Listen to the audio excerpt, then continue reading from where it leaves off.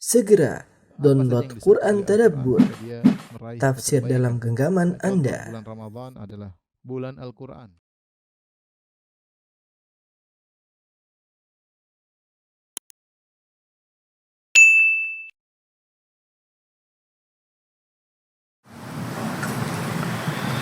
Bismillahirrahmanirrahim. Assalamualaikum warahmatullahi wabarakatuh. Alhamdulillahi ala ihsani wa syukru lahu ala taufiqihi wa amtinani. Asyhadu an la ilaha illallah wahdahu la syarika lahu ta'ziman li sya'nih wa asyhadu anna Muhammadan abduhu wa rasuluhu da'ila ridwanih. Allahumma salli alaihi wa ala alihi wa ashabihi wa ikhwanih.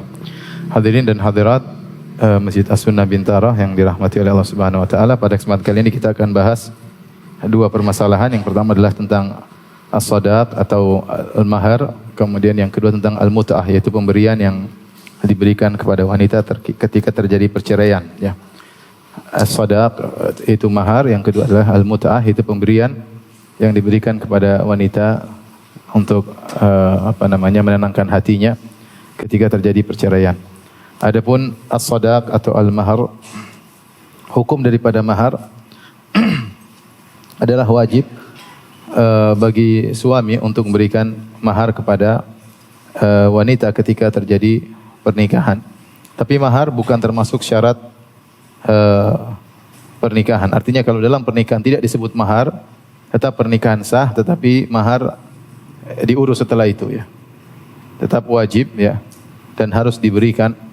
Meskipun suami istri sepakat, misalnya istri sepakat untuk tidak menerima mahar atau dia ingin menghadiahkan dirinya kepada sang lelaki, maka hadiah tersebut tidak diterima, ya. Yang boleh dihadiahkan wanita menghadiahkan dirinya hanya Rasulullah sallallahu alaihi wasallam. Selain Nabi tidak boleh. Wa imra'atan mu'minatan in wahabat nafsaha lin nabi in arada an-nabiyyu an yastankihaha khalisatan laka min dunil mu'minin. Kata Allah Subhanahu wa taala, dan jika seorang wanita mukminah ingin menghadiahkan dirinya kepada Nabi sallallahu alaihi wasallam, jika Nabi ingin menikahinya, maka itu khalisatan laka, itu hanya boleh untuk engkau wahai Rasulullah sallallahu alaihi wasallam. Min dunil mu'minin, adapun kaum mukminin yang lain tidak boleh. Maka pernikahan, akad tersebut harus ada maharnya. Namun jika ada akad nikah terjadi, syarat nikah, rukun nikah terpenuhi, ada mempelai laki, mempelai wanita, ada wali, ada saksi, ada sighah akad sebagaimana kita bahas pertemuan lalu, maka akad nikah tersebut sah meskipun mahar tidak dibahas. Mahar akan nyusul dibahas, apakah dia mahar misl atau yang lainnya, sebagaimana akan kita jelaskan. Adapun dalil tentang wajibnya mahar, di antaranya dalam surat An-Nisa ayat 4, kata Allah Subhanahu wa taala, wa atun nisaa shadaqatihinna nihlah. Ya, berikanlah kepada wanita mahar-mahar mereka sebagai pemberian. Ya, ini perintah ditujukan kepada para suami yang ingin menikahi wanita atau sudah menikahi para wanita, maka Allah perintahkan wa atun nisa, berikanlah kepada istri-istri kalian shadaqatihinna, yaitu mahar mereka. Kemudian juga firman Allah Subhanahu wa taala surat An-Nisa ayat 24, famastamta'tum bihi minhunna fa'atuhunna ujurahunna fariidhah. Ya, jika kalian bersenang-senang dengan mereka, dengan para wanita, maka fa'atuhunna, yaitu jika kalian nikahi mereka, maka berikanlah kepada mereka ujurahunna, upah mereka, maksudnya adalah mahar mereka, fariidhah, sebagai suatu kewajiban. Jadi ini menunjukkan bahwasanya mahar hukumnya wajib dari Al-Quran. Dari sunnah jelas dalam Sahih Al-Bukhari, ya, dari Sahal bin Sa'ad radhiyallahu anhu, atat imra'atun an-nabiy sallallahu alaihi wasallam, ada seorang wanita datang kepada Nabi sallallahu alaihi wasallam, dan wanita ingin menghibahkan dirinya kepada Nabi sallallahu alaihi wasallam, menghadiahkan dirinya. Faqalat innaha wahabat nafsaha lillahi wa li rasulih. Dia menghibahkan dirinya kepada Allah dan juga kepada Rasulullah sallallahu alaihi wasallam. Maka Rasulullah SAW berkata, mali fin nisa'i min haja, aku lagi tidak ingin menikah. Faqala rajulun, seorang laki berkata, zawwijniha, ya Rasulullah, kalau kau tidak mau, buat saya aja, nikahkan apa? Saya dengan wanita tersebut. Faqala, akhirnya Rasulullah SAW menikahkan wanita ini dengan sahabat tersebut. A'tiha thawban. Kata Rasulullah SAW, berikan mahar kepada wanita ini berupa baju. Qala la ajid. Kata sahabat ini, aku tidak punya baju untuk dijadikan mahar. Qala a'tiha walau khataman min hadid. Ya, dalam riwayat saya punya sarung, tapi kalau sarung ini saya kasih, saya tidak punya sarung yang lain. Jadi laki ini tidak punya apa-apa ya. Kata Rasulullah SAW, a'tiya walau khataman min hadid. Berikanlah kepada dia mahar meskipun cincin besi. Artinya cincin besi suatu yang apa? Sepele. Tapi ada nilainya. Selama suatu bisa bernilai, maka bisa jadi mahar. Meskipun cuma 1 real ya. Meskipun cuma 10.000 ya. Selama wanita setuju dan itu ada nilainya, boleh menjadi apa? Mahar. Tapi harus ada mahar.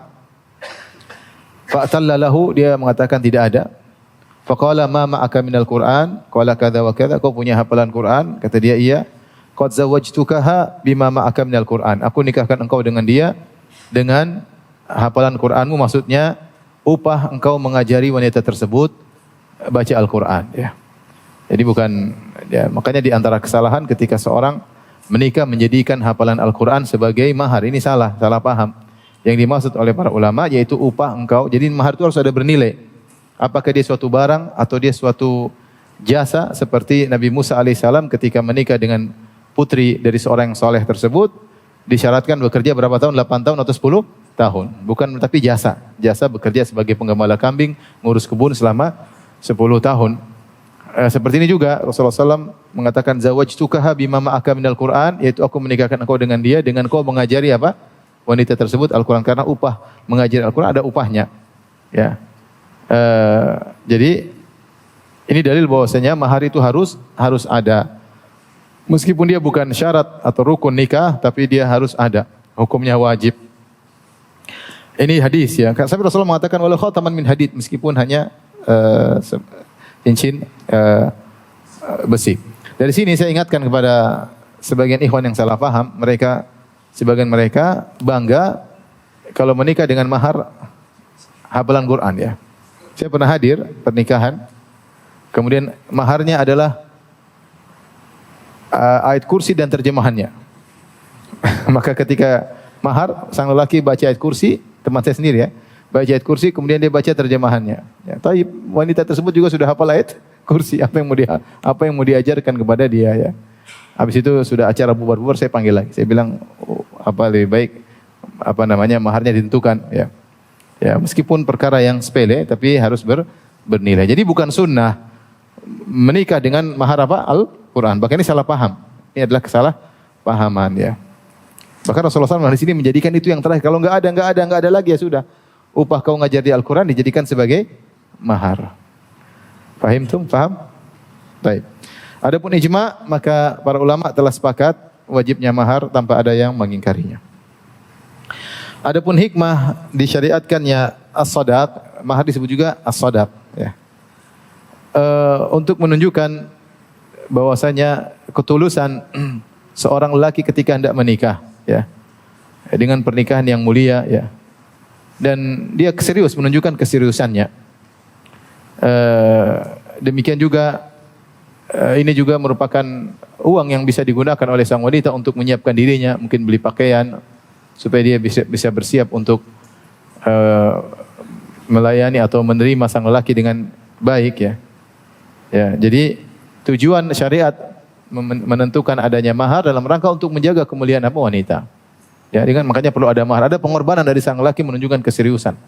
Sehingga wanita tidak asal dinikahi begitu saja tanpa ada mahar, tanpa ada sesuatu yang dikeluarkan oleh sang lelaki, maka tidak benar, bisa jadi wanita dipermainkan. Tapi kalau ada mahar menunjukkan ada keseriusan.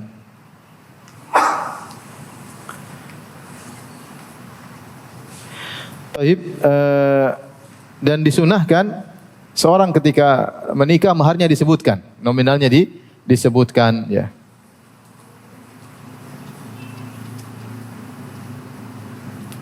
Dan dengan disebutkannya mahar, nilai nominal mahar untuk jangan sampai ada pertikaian ya. Kalau tidak disebutkan maharnya berapa, nanti akan setelah itu terjadi perselisihan. Maharnya berapa? Jadi perselisihan. Oleh karenanya mahar hendaknya ditentukan sebelum akad nikah dan disebutkan ketika akad nikah maharnya tersebut, sehingga tidak terjadi pertikaian setelah itu. Taib. Berikutnya, yang memiliki mahar siapa? Mahar adalah milik sang wanita saja. Tidak ada hak bagi wali-walinya. Seorang pun dari walinya, kerabatnya tidak berhak mendapatkan mahar tersebut. Memang mereka benar, mereka berhak untuk mengqabad, menerima mahar tersebut, tetapi ketika mereka terima bukan untuk mereka, tapi untuk apa? Untuk sang wanita. Ya. Allah Subhanahu wa taala berfirman, "Fala ta'khudhu minhu syai'an ata'khudhunahu buhtanan wa itsman mubina." Ya. Jadi mahar itu adalah milik sang wanita. Makanya para ulama khilaf tentang jika orang tuanya mensyaratkan harta untuk orang tuanya, ya. Kamu boleh nikah anak saya, tapi kamu kasih saya uang 100 juta. Ya, untuk nikah. Ini diperselisihkan oleh para hukumnya bagaimana? Boleh atau tidak? Menurut mazhab Syafi'i, namanya mahar, pemberian yang diberikan untuk pernikahan semuanya milik siapa? Milik sang wanita. Ya, milik sang wanita. Bahkan kalau disebutkan seandainya untuk ayah sekian, untuk ibu sekian, ketika terjadi akad nikah, setelah syarat-syarat tersebut semuanya harus dimiliki oleh sang wanita. Karena semua uang yang dikeluarkan untuk pernikahan tersebut bukan milik para wali, semuanya milik wanita. Sebagian ulama membolehkan. Di sini ini masalah khilaf ya. Mazhab Syafi'i enggak.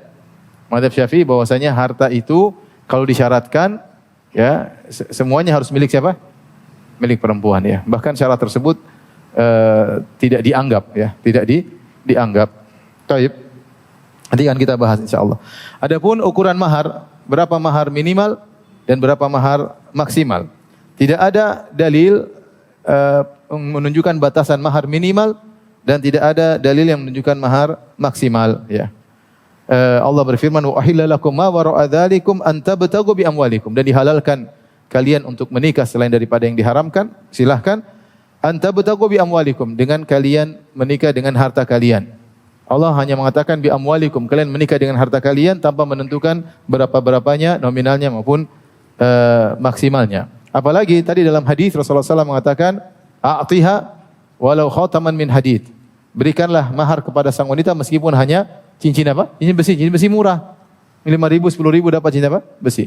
Menunjukkan suatu yang sangat murah pun boleh menjadi mahar jika sang wanita ridha dengan mahar tersebut. Ya. Sementara dalam Al-Quran Allah mengatakan wa ataitum ihdahunna qintara, dan kalian telah memberikan mahar kepada para wanita qintara. Qintara itu jumlah harta yang banyak ya. Ya, jadi al-qintar dalam bahasa Arab artinya al-mal katsir, harta yang banyak. Ini dalil bahwasanya Allah membolehkan mahar dengan harta yang banyak, sehingga tidak ada batasan maksimal mahar. Akan tetapi kata para penulis Al-Fiqhul Manhaji, disunahkan atau disukai, bukan disunahkan, disukai agar mahar, jadi beda kalau disunahkan. Kalau disunahkan itu berarti ada dalilnya, paham? Tapi kalau disukai adalah perkara yang disukai oleh para fuqaha berdasarkan hukum yang mereka nilai, ya. Meskipun tanpa dalil, mereka mengatakan disukai yustahab an la yaqillal mahar an asrat darahim. Jangan sampai mahar kurang dari 10 dirham. Khurujan min khilafi man aujaba dzalik wa humul Hanafiyah. Karena Hanafiyah mewajibkan minimal mahar adalah 10 dirham. Ya, supaya keluar daripada khilaf, mending mahar jangan lebih kecil daripada 10 dirham. Dari 10 dirham. Kemudian juga mereka mengatakan wa kadzalika yustahab alla yazida an 500 dirham. Dan juga disukai agar mahar tidak melebihi 500 dirham. Tidak melebihi 500 dirham. Karena yang datang dalam hadis, mahar dari putri-putri Nabi dan juga istri-istri Nabi adalah sekitar begitu, 500 dirham. Dalam satu hadis Umar bin Khattab berkata, la tughlu suduqan nisa, janganlah kalian berlebih-lebihan mempermahal mahar para wanita. Fa innaha law kanat makramatan fid dunya aw taqwan fil akhirah lakana aulakum biha Rasulullah sallallahu alaihi wasallam. Kalau memang mahar yang mahal itu, yang tinggi nilainya adalah suatu kemuliaan di dunia dan bentuk takwa di akhirat, tentu Rasulullah SAW yang lebih utama kemudian akan memberikan mahar yang lebih tinggi. Ma asdaqa Rasulullah sallallahu alaihi wasallam imra'atan min nisa'ihi wala usdiqat imra'atun min banatihi akthar min thintai asyrata uqiyah. Tidaklah Nabi memberi mahar kepada istri-istrinya dan juga tidaklah putri-putri Nabi diberi mahar lebih dari 12 uqiyah. Dan satu uqiyah sama dengan 40 dirham. 40 kali 12 berarti 480 dirham. Itulah mahar yang Yang paling baik jangan melebihi dari mahar tersebut. Kata penulis, wa hadzal miqdar yusawi nisabain wa nisf lizakat takriban kama huwa ma'lun fi nisabiz zakat allati tajibu fi zakat minal fiddah. Ini sama dengan 2,5 nisab zakat perak ya. Zakat perak ya. Karena satu nisab sekitar 200 apa? Dirham, ya, 2 nisab berarti 200 ya, 400 sama 80 sekitar 2,5 nisab ya. Setengah nisab sekitar 100, 480. Berapa kira-kira itu? Kemarin kita pernah hitung nisab zakat berapa? Berapa rupiah? Sekitar belasan juta ya. Berapa? 8 juta nisab zakat perak. Nah, perak. Kita taruhlah 10 juta. 10 juta kalau mengikuti dirham 10 juta 2,5 nisab berarti sekitar 25 juta ya. Allah alam, coba saya lupa juga berapa nisab apa perak, kita sempat hitung-hitung ya. Tapi intinya tidak terlalu mahal ya. Taib, yang berikutnya masalah membayar mahar apakah kontan atau utang? Boleh ya. Boleh kontan, boleh utang sesuai dengan kesepakatan persetujuan sang wanita. Dia mau boleh hutang, boleh dia setuju kalau hutang, dia setuju kalau kontan, terserah dia. Ya. Jika lelaki ketika nikah dia berkata, saya bayar mahar 20 juta rupiah kontan. Terjadi pernikahan, kemudian ternyata uangnya nggak dikasih-kasih. Maka boleh bagi sang wanita untuk tidak digauli oleh sang lelaki. Dia mau gauli enggak dulu, mahar dulu dong. Kau bilang kontan. Bilang kontan, yang mana kontannya enggak ada ya. Maka boleh dia menahan diri dari melayani sang lelaki. Meskipun akad nikahnya sah, karena kita bilang masalah mahar tidak berkaitan dengan sah tidaknya apa akad nikah. Paham ya? Sah akad nikah yang penting terpenuhi rukunnya. Rukunnya kita sudah sebutkan, 2 calon mempelai, 2 saksi, wali, kemudian apa? Sighah ya, yaitu akadnya. Adapun kalau dia mengatakan saya bayar mahar kontan, ternyata dia tidak bayar, maka boleh bagi sang wanita untuk tidak melayani sang lelaki sampai dia bayar mahar. Tetapi kalau dia mengatakan maharnya 20 juta, utang setahun, maka wajib bagi sang wanita untuk melayani sang lelaki. Karena dia sendiri yang sudah setuju maharnya untuk dibayar hutang. Ya. Siapa di antara antum yang maharnya hutang? Ada? Ada? Enggak ada ya? Semuanya kontan tapi hutang. Kontan kemudian diambil lagi. Baik. Sekarang kita terkait dengan mahar berapa yang kondisi-kondisi mahar ya. Di sini saya akan tulis di sini biar mudah dipahami. Kondisi pembayaran mahar.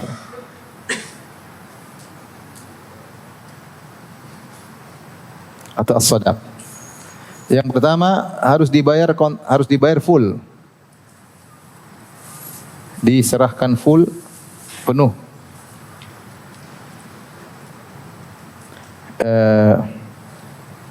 Ini 2 kondisi ya. Kapan? Dalam 2 kondisi. Yang pertama adalah jika dia telah menggauli sang istri. Jika telah menggauli sang istri. Telah berjima maksudnya. Meskipun dengan cara yang haram. Ya, misalnya wanita ketika nikah ternyata lagi haid, kemudian dia gauli. Ini kan haram ya, tapi dia sudah menggaulinya.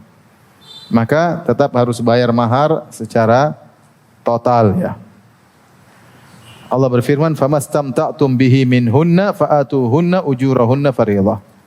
Siapa wanita yang kalian gauli bersenang-senang dengannya, maka berikanlah kepada mereka upah mereka sebagai suatu kewajiban ya. Yang dimaksud dengan istimta bersenang-senang maksudnya menggauli ya, menggauli. Kondisi yang kedua, jika salah satu dari keduanya meninggal.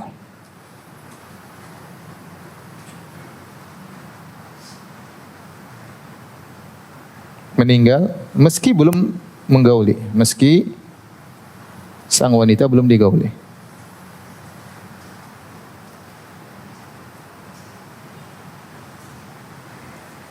Hal ini dalilnya apa? Ya, dalilnya ijma para sahabat.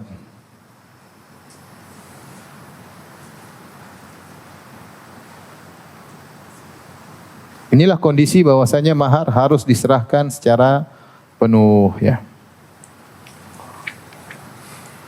Tapi kondisi kedua harus diserahkan setengah mahar.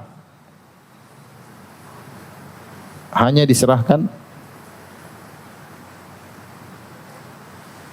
setengah nilai mahar. Kapan kondisi-kondisinya? Satu kondisi, yaitu hanya satu kondisi, yaitu jika menceraikannya setelah akad dan telah disebutkan jumlah nominal maharnya, ya. Jika setelah akad belum digauli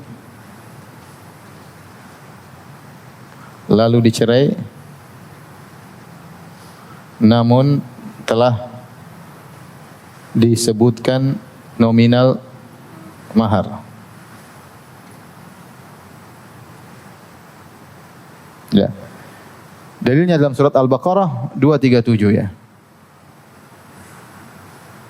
Allah berfirman, "Wa in talaqtumuhunna min qabli an tamassuhunna wa qad faradtum lahunna fariidhah fanisfu ma faradtum illa ayyafuna aw ya'fu alladhi bi yadihi uqdatun nikah wa an ta'fu aqrabu littaqwa." Kata Allah, jika kalian menceraikan istri-istri kalian sebelum kalian menggauli istri-istri tersebut, wa qad faradtum lahunna fariidhah, dan kalian sudah terlanjur menyebutkan nominal apa?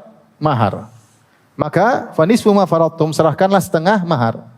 Misalnya seorang laki menikah dengan seorang wanita, dia bilang maharnya 1 miliar. Oke, 1 miliar. Nikah. Kemudian setelah akad nikah selesai, nanti mau serumah bulan depan.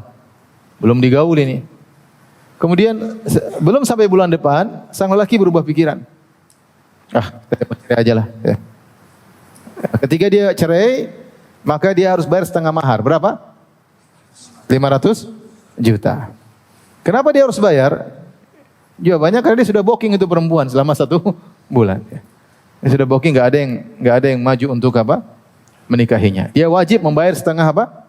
Mahar. Illa ayyafuna aw ya'fu alladhi bi yadihi uqdatun nikah.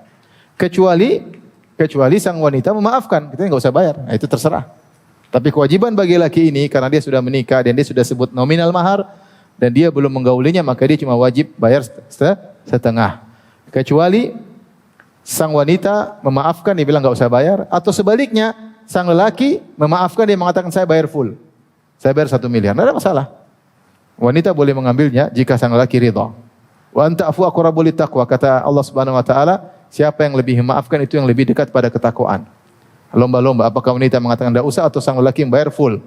Paham? Tetapi yang wajib cuma berapa? Setengah. Kalau di Indonesia jarang terjadi hal demikian. Biasanya akad langsung disertai dengan malam pertama, ya. Jadi tidak ada penundaan. Terkadang akad langsung siang pertama, bukan lagi malam pertama. Iya. Adapun di Arab itu sering antara akad dengan berhubungan itu ada jeda. Terkadang bisa berbulan-bulan. Nah, di jeda tersebut bisa jadi terjadi sesuatu yang terjadi. Bisa jadi sang laki menceraikan sang wanita. Paham ya? Baik. Yang ketiga, sukutul mahar kullihi. Maharnya gugur seluruhnya. Mahar gugur. 0, tidak dibayar. Ya. Ini disebutkan sebabnya jika sang wanita berpisah dari suaminya sebelum digauli dan perpisahan tersebut disebabkan karena sang wanita. Jadi kondisinya apa? Wanita berpisah dari suaminya, itu dicerai misalnya, suaminya belum digauli dan perpisahan tersebut disebabkan karena dia. Perpisahan tersebut disebabkan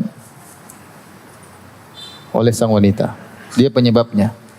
Ya, gugur ya. Apa kesalahan sang lelaki? Dia tidak salah, suruh bayar ya. Yang menyebabkan perceraian atau perpisahan sang wanita, maka mahar gugur seluruhnya. Contoh apa saja? Contoh misalnya sang wanita masuk Islam. Dia sudah nikah. Kita sudah sebutkan mahar antara pernikahan orang kafir diakui atau tidak? Diakui. Akad di antara orang kafir diakui atau tidak? Diakui. Kalau mereka masuk Islam bareng-bareng, selesai. Tidak perlu mengulangi apa? Akad. Kita sudah bahas pada pertemuan lalu. Ya. Kalau sang wanita masuk Islam, lelaki tetap apa? Tetap kafir, maka maharnya apa? Gugur ya. Ini tentunya sebelum digauli. Tentu ini kondisi jarang terjadi ya. Ini syaratnya dia belum digauli. Kalau sudah digauli tadi harus bayar mahar full. Contohnya juga terjadi fasakh. Fasakh yaitu pembatalan nikah. Pembatalan akad nikah. Akad nikah karena aib pada suami. Tapi perhatikan sini. Sebabnya ada pada wanita atau pada suami? Pada suami. Tetapi yang tidak mau melanjutkan siapa? Istri. Paham? Memang benar. Suami punya aib ternyata ketika dinikahi, mohon maaf, misalnya kelaminnya enggak ada misalnya. Misalnya ada, ya ada. Atau misalnya ternyata dia tidak mampu untuk berhubungan misalnya. Aib ya. Atau intinya ada aib yang menjadikan tujuan pernikahan tidak bisa terlaksana. Maka wanita minta mundur ya. Benar aib pada laki tapi yang minta mundur siapa? Sang wanita. Maka ketika itu mahar menjadi gugur. Demikian juga jika aib pada wanita yang tidak diketahui oleh sang lelaki ya. Maka mahar juga gugur ya. Karena sang wanita inilah yang memilih untuk berpisah. Ya. Karena sang wanita lah yang memilih untuk berpisah.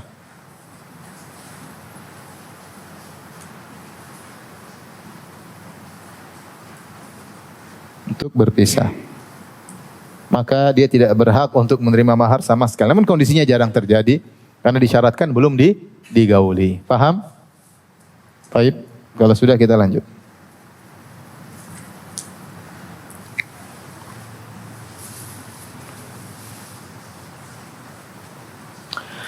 Tapi para fuqaha membahas tentang namanya mahar mithil, mahar semisal. Kalau bahasa kita mahar semisal.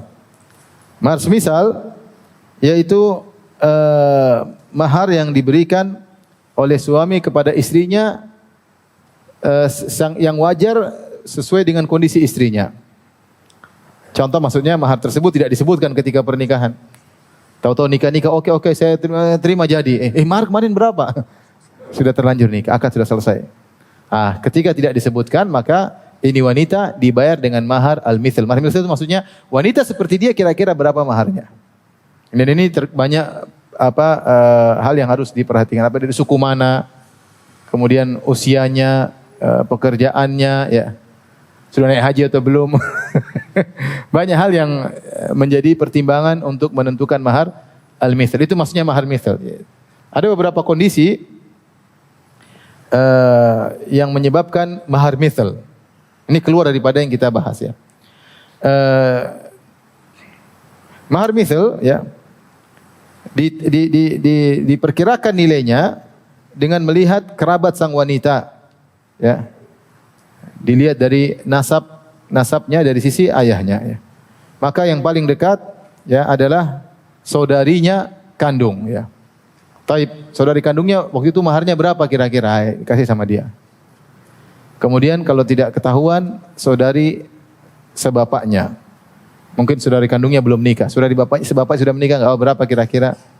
Atau ponakan-ponakannya, banat atau tante-tantenya ya. Kemudian juga ini contoh untuk menentukan mahar mithl itu seperti itu. Jadi lihat saudarinya, adik-adiknya, kakaknya, saudari seayah. Kalau enggak lihat ponakan-ponakannya berapa kali satu keluarga biasanya mahar seperti itu. Apalagi misalnya di Arab Saudi kabilah ya sekitar gitu ya. Saya sempat tanya sama teman-teman di sana di Arab Saudi, berapa mahar kalian? Ya, siapa tahu ada kesempatan. Kata mereka, kalau kabilah ini sekian, 30.000 real. Kalau kabilah ini 80.000 real Saudi. Ini zaman saya masih S1 dulu. Kalau kabilah ini 100.000 real. Jadi mereka bervariasi ternyata. Nah itu contoh, bahwasanya masing-masing kabilah punya mahar yang ma'ruf mereka tentukan. Ya, ini penting ketika untuk mahar. Misal ketika pernikahan tidak disebutkan maharnya, maka disebut mahar misal. Itu mahar nilainya semisal wanita yang seperti dia. Demikian juga perlu diperhatikan, ini ada pembahasan dari Syafi'iyah lengkap ya. Kalau ternyata dari asabah tidak ada, maka misalnya saudara dari bapak-bapaknya semua ternyata belum nikah, saudarinya, saudari sebapaknya belum nikah, ponakannya belum nikah, tante-tantenya belum nikah, maka dia dari sisi yang lain ya. Ya dari ibunya, lihat ibunya, maka dari sisi lihat ibunya. Ibunya dulu nikah berapa? Kalau enggak neneknya dulu nikah berapa? Maharnya berapa? Bibinya, kemudian putri-putri saudari-saudarinya ya.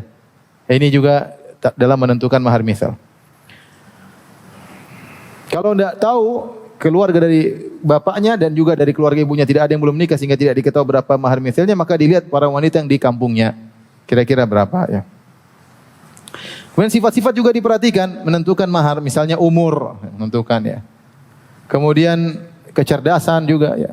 Artinya kuliah dengan tidak kuliah tentu maharnya berbeda ya.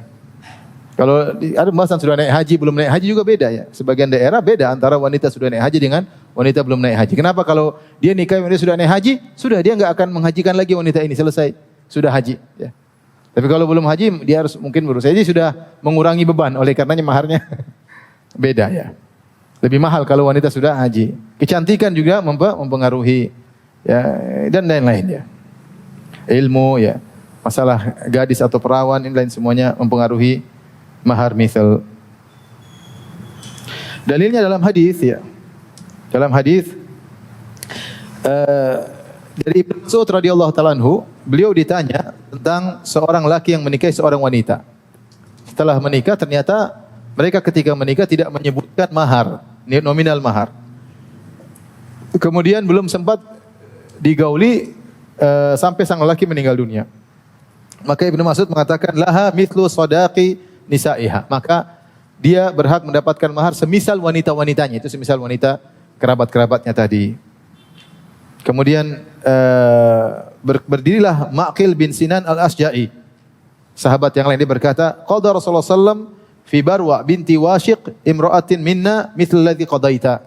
Wahai Ibnu Mas'ud, apa yang kau ijtihadmu tadi ternyata pernah ditetapkan oleh Nabi sallallahu alaihi wasallam ketika ada permasalahan yang mirip dengan salah seorang wanita dari kabilah kami. Maka Ibnu Mas'ud pun gembira. Ternyata hukum yang dia tetapkan sesuai dengan hukumnya siapa? Nabi sallallahu alaihi wasallam. Tapi hal-hal yang mewajibkan mahar misal apa saja ya. Kondisi-kondisi mahar misal.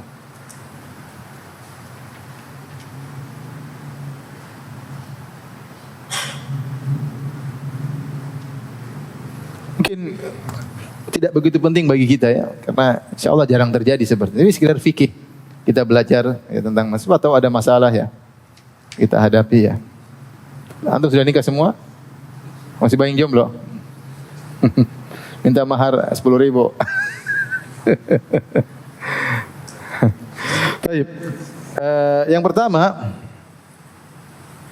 jika akad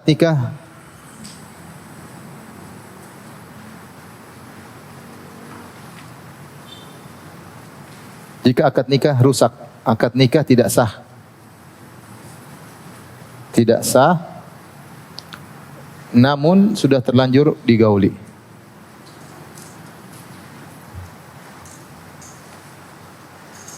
Dan ini banyak ya, contoh. Karena meskipun dalam nikah tersebut akadnya disebutkan ya.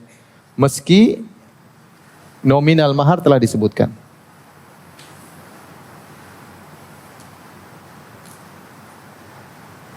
Kenapa? Karena nominal mahar yang diakui jika dibangun di atas akad yang sahih, akad yang benar. Ketika akadnya tidak sah, ternyata tidak ada walinya misalnya, atau menikah tanpa ada saksi, atau menikahi sang wanita di masa iddahnya, ini semua berarti tidak sah. Maka nominal akad yang telah disebutkan di cancel, di ilgha. Kenapa? Karena akadnya tidak sah. Ketika nominal tersebut di cancel, maka berpindah pada mahar apa? Misal. Faham? Ya. Nominal ini dibatalkan karena dibangun di atas akad yang fasid. Akad yang tidak sah. Lalu berpindah ke mahar apa? Misal. Berpindah ke mahar misal.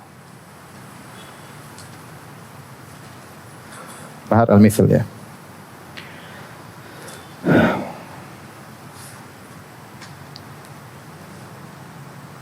Yang kondisi kedua, ini yang pertama, mahar misal. Yang kedua, jika suami dan istri khilaf. Istri khilaf tentang nominal mahar.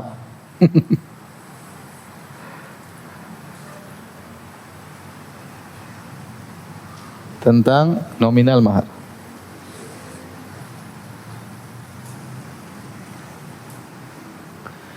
Wanita berkata, kau bilang maharmu sekian, 10 ini. Kata kau bilang 30 gram, ya. Kemudian kata sang lelaki, tidak, saya bilang 10 gram, ya. Kemudian masing-masing bersumpah, kata sang istri, enggak, kau bilang 30 gram. Kata sang istri, kata sang lelaki, enggak, 10 gram. Dengan kondisi demikian, maka maharnya dibatalkan karena terjadi perselisihan. Kemudian berpindah kepada mahar apa? Misal. Paham ya? Ya. Ada sebagian daerah nikah dengan, misalnya saya menikahkan putriku dengan engkau dengan mahar 10 suatu sebutan. Misalnya 10 tokem misalnya ya. Ternyata tokem itu ternyata 3 gram. Jadi pikir 10 gram, ternyata tokem artinya 3 gram misalnya. Jadi 10 itu berarti 30 gram. Enggak paham nih calon suami. Itu bahasa daerah sana. Misalnya ya, ribut-ribut itu saya 10 gram. Ya, kamu enggak, saya bukan gram, tokem itu. Misalnya ini misalnya. Ribut. Kalau ribut sudah mahar apa? Misal. Taib. Atau yang ketiga, ini yang ketiga.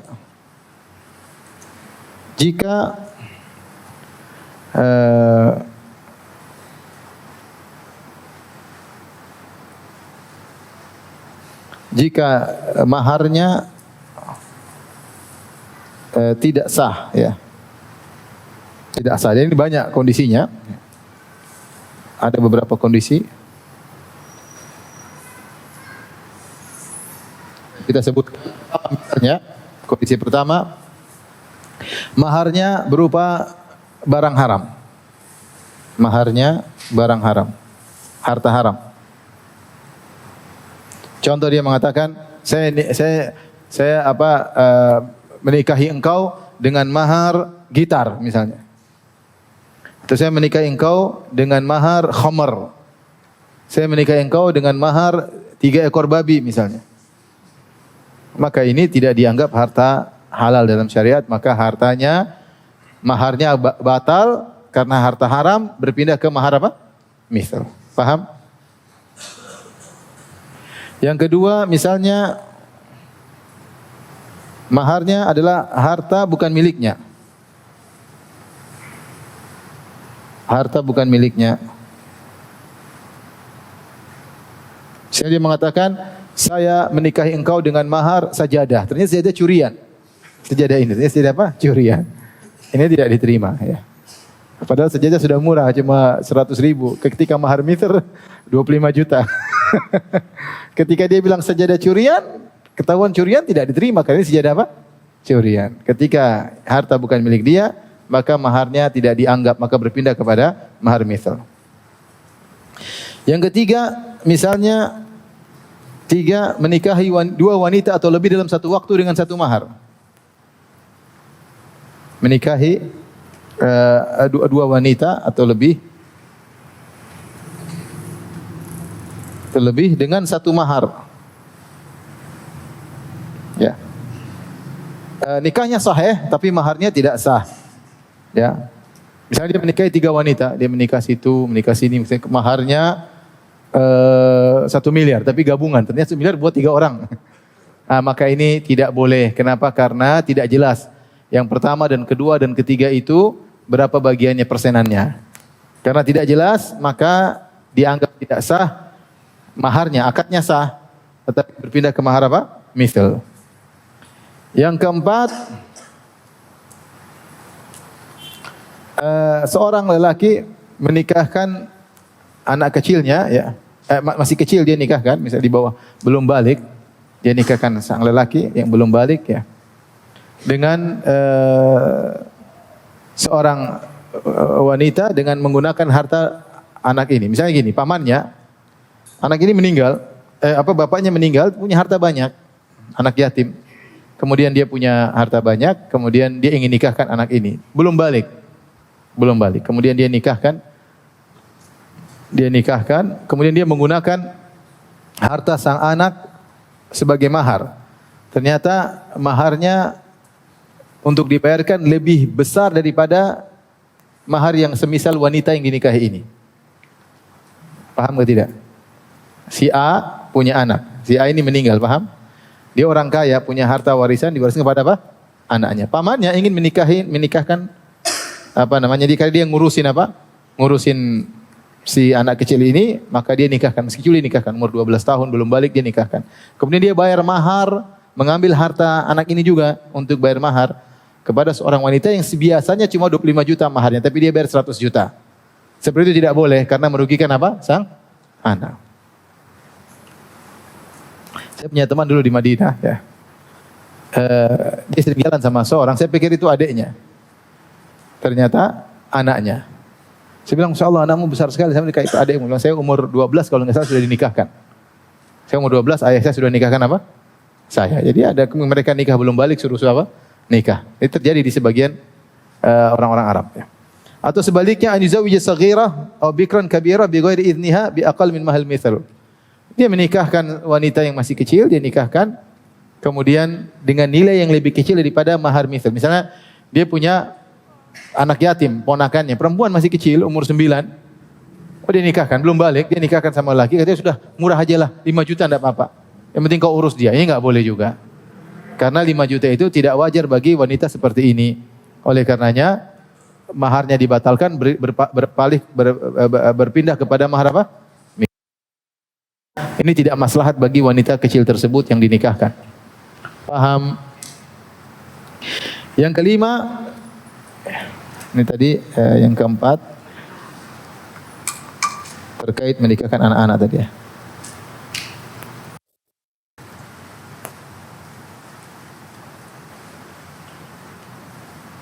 Belum balik. Tapi yang kelima adalah seorang wanita yang menghadiahkan dirinya, ya. Dia mengatakan kepada, atau dia menyerahkan urusannya, disebut dengan al-mufawwidah, yaitu dia menyerahkan urusannya kepada walinya. Dia berkata, zawijni bila mahar. Nikahkan aku sama lelaki tanpa perlu mahar. Maka akhirnya sang walinya menikahkan dia dengan seorang laki dan tidak mau mahar. Ya, maka ketika itu wajib bagi sang wanita atau bagi sang lelaki wajib untuk membayar apa mahar? Al-mithal. Ini contoh wanita yang al-mufawwidah tadi, yang menyerahkan urusan nikahnya kepada walinya. Walinya tanpa mahar.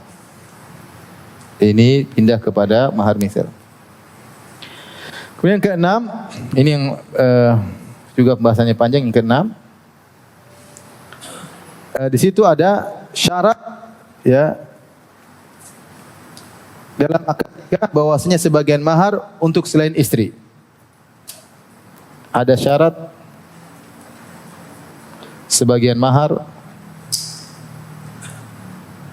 diberikan kepada selain istri.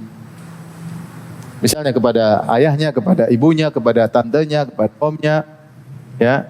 Maka nikah sahih tetapi mahar tidak dianggap, mahar rusak. Karena menurut mazhab Syafi'i, mahar harus semuanya milik siapa? Istri. Itu kita bahas tadi di awal. Tidak ada mahar buat anak perempuan 50%, 50% buat bapaknya, enggak boleh. 100% buat sang wanita. Kalau ada syarat tersebut, maka mahar tidak dianggap rusak, maka harus kembali kepada mahar mithal. Di sini saya bacakan tanbih. Ini menurut mazhab Syafi'i. Syurut fi aqdin nikah ala thalathati aqsam. Persyaratan dalam akad nikah ada 3 model.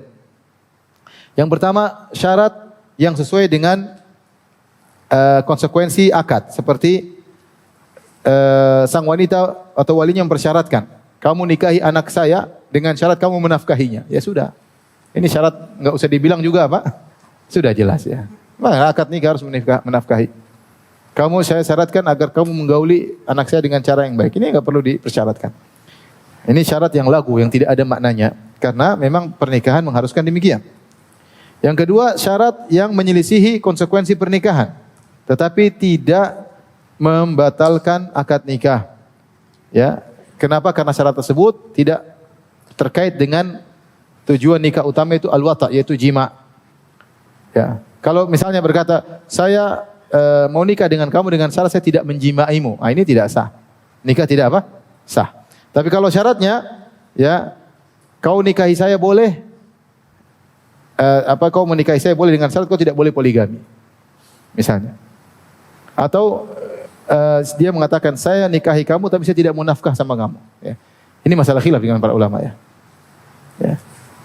Boleh enggak kalau seorang lelaki menikah kemudian istrinya mengatakan, boleh kamu nikahi saya, atau walinya mempersyaratkan kau boleh nikahi putri saya dengan syarat kau tidak boleh mempoligami apa?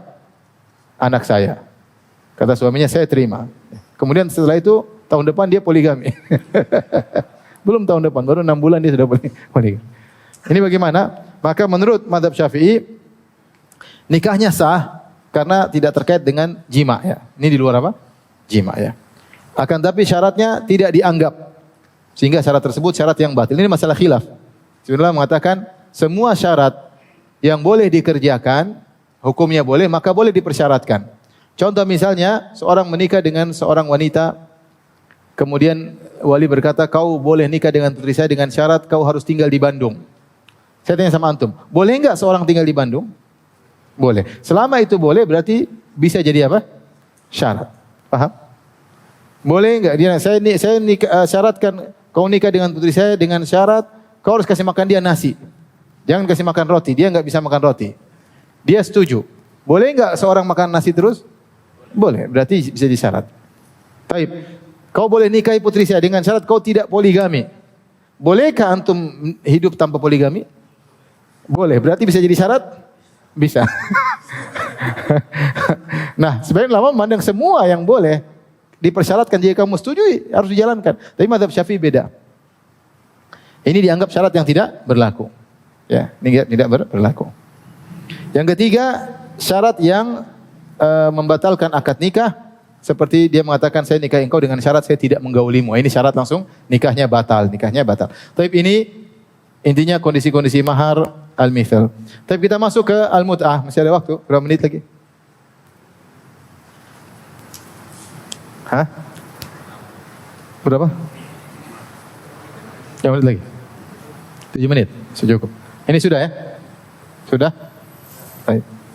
Al-mut'ah. Al-mut'ah yang dimaksud al-mut'ah yaitu pemberian yang wajib diberikan oleh suami kepada istrinya ketika diceraikan atau terjadi perpisahan. Al-mut'ah wajib dalam 3 kondisi. Al-mut'ah, ini selain mahar, namanya al-mut'ah. Sama seperti nikah mut'ah, tapi mut'ah ini pemberian harta. Harta yang wajib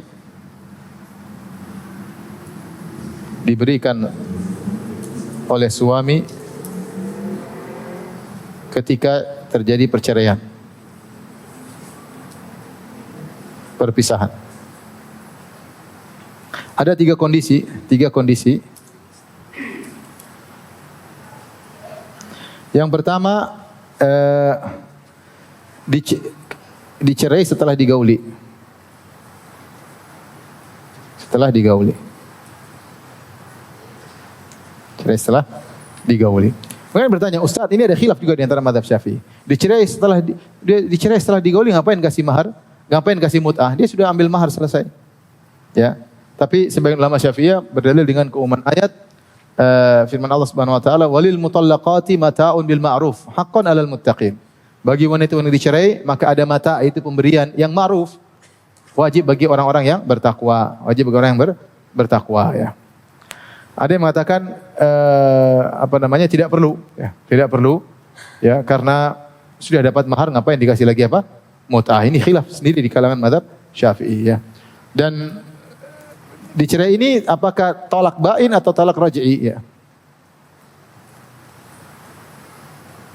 Bain atau talak raj'i, dua-duanya. Nanti akan kita bahas insyaallah. Talak bain itu tidak kembali lagi, talak raj'i masih bisa kembali. Kalau talak raj'i, setiap kali mencerai maka dia kasih. Kemudian kembali lagi, cerai kedua kasih lagi, cerai ketiga kasih lagi, ya. Tujuannya apa? Tujuannya agar mut'ah ini tujuannya adalah untuk menenteramkan, menghibur hati sang wanita.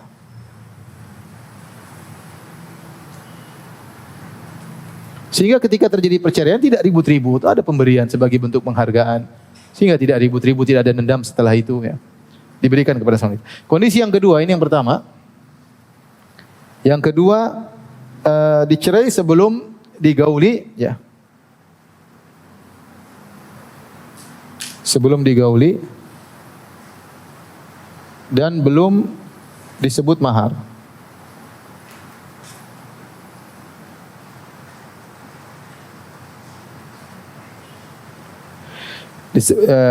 Kemudian sebab perceraian dari dia, dari sang lelaki. Kenapa dari sang lelaki bayar mut'ah? Kalau dari sebabnya dari sang wanita, mahar gugur, sudah kita jelaskan, paham? Kalau wanita belum digauli, kemudian terjadi perceraian, sebabnya karena sang wanita dia yang ingin pisah, maka maharnya apa? Gugur. Tapi kalau lelaki yang menjatuhkan cerai, ya. Tunggu, ini yang kedua, mohon maaf, ini yang kedua tidak ada sebab perceraian. Sekedar dia, mohon maaf salah. Sekedar dia menceraikan sebelum digauli dan sebelum disebut mahar ketika akad. Ini juga bayar mut'ah. Yang ketiga baru yang tadi, ya. Dicerai, ya, dan sebab perceraian dari sang wanita, dari sang lelaki, dan sebab perceraian dari sang lelaki. Ya. Idza hukima bi firaqiha li zawjiha wa kana hadzal firaq bi sababin minhu. Ya. Maka kalau sebabnya adalah sang lelaki, maka hendaknya dia membayar mut'ah. Ini semua di luar mahar, ya, di luar mahar. Ini tujuannya agar ketika wanita dicerai dia lebih terhibur hatinya, ya, sehingga tidak terjadi pertikaian setelah itu, ya. Adapun jumlah mut'ah, ya, maka jika dua pasangan sepakat pada jumlah tertentu, maka terima yang itu. Jika terjadi perselisihan, maka yang menentukan adalah hakim, ya. Hakim yang menentukan berapa kira-kira mut'ah yang pantas diberikan oleh sang suami kepada wanita ketika terjadi perceraian dalam 3 kondisi ini. Terakhir, penulis mengingatkan tentang bahayanya bermahal-mahalan dalam mahar, ya. Ya, karena bermahal-mahalan dalam mahar ini menyebabkan banyak mafsadah, kerusakan. Di antaranya banyak lelaki yang susah untuk menikah. Sehingga ketika para lelaki susah untuk menikah, akhirnya mereka menyalurkan syahwat mereka kepada tempat-tempat yang haram. Ya, ini yang pertama. Nah, mereka melakukan terjadi penyimpangan akhlak, ya, penyimpangan seksual, dan juga terjadi gay dan macam-macam karena mereka tidak menikah. Sehingga mereka mudah untuk ditarik pada penyimpangan seksual. Kemudian juga dengan mahar yang terlalu mahal, akhirnya banyak wanita yang jadi perawan tua. Ya, perawan tua, dan akhirnya mereka pun hidup setengah mati, menderita, tidak ada yang perhatikan. Terkadang di antara mereka ada yang keluar, menjual diri dan macam-macam, dan itu juga akibat dari mahar yang terlalu mahal sehingga menghalangi terjadinya pernikahan. Dan ini juga menyelisihi sunnah Nabi sallallahu alaihi wasallam. Kata Nabi sallallahu alaihi wasallam, "Inna a'dhaman nikahi barakatan aisaruhu mu'nah." Sungguhnya pernikahan yang paling berkah, yang paling mudah ya biayanya, yang paling mudah biayanya. Maka seorang berusaha untuk menikah dengan mahar yang wajar, putrinya bukan barang jualan, bangga dengan mahar yang mahal. Mahar sekian miliar, sekian ratusan juta dibangga-bangga. Ini istri putri kita bukan untuk bangga-bangga. Kita ingin mencari suami yang saleh yang bisa memperhatikan putri-putri kita. Tapi demikian saja kajian kita. Insyaallah kita lanjutkan pada kesempatan yang lain. Subhanakallah bihamdika asyhadu an la ilaha illa anta astaghfiruka wa atubu ilaik. Assalamualaikum warahmatullahi wabarakatuh.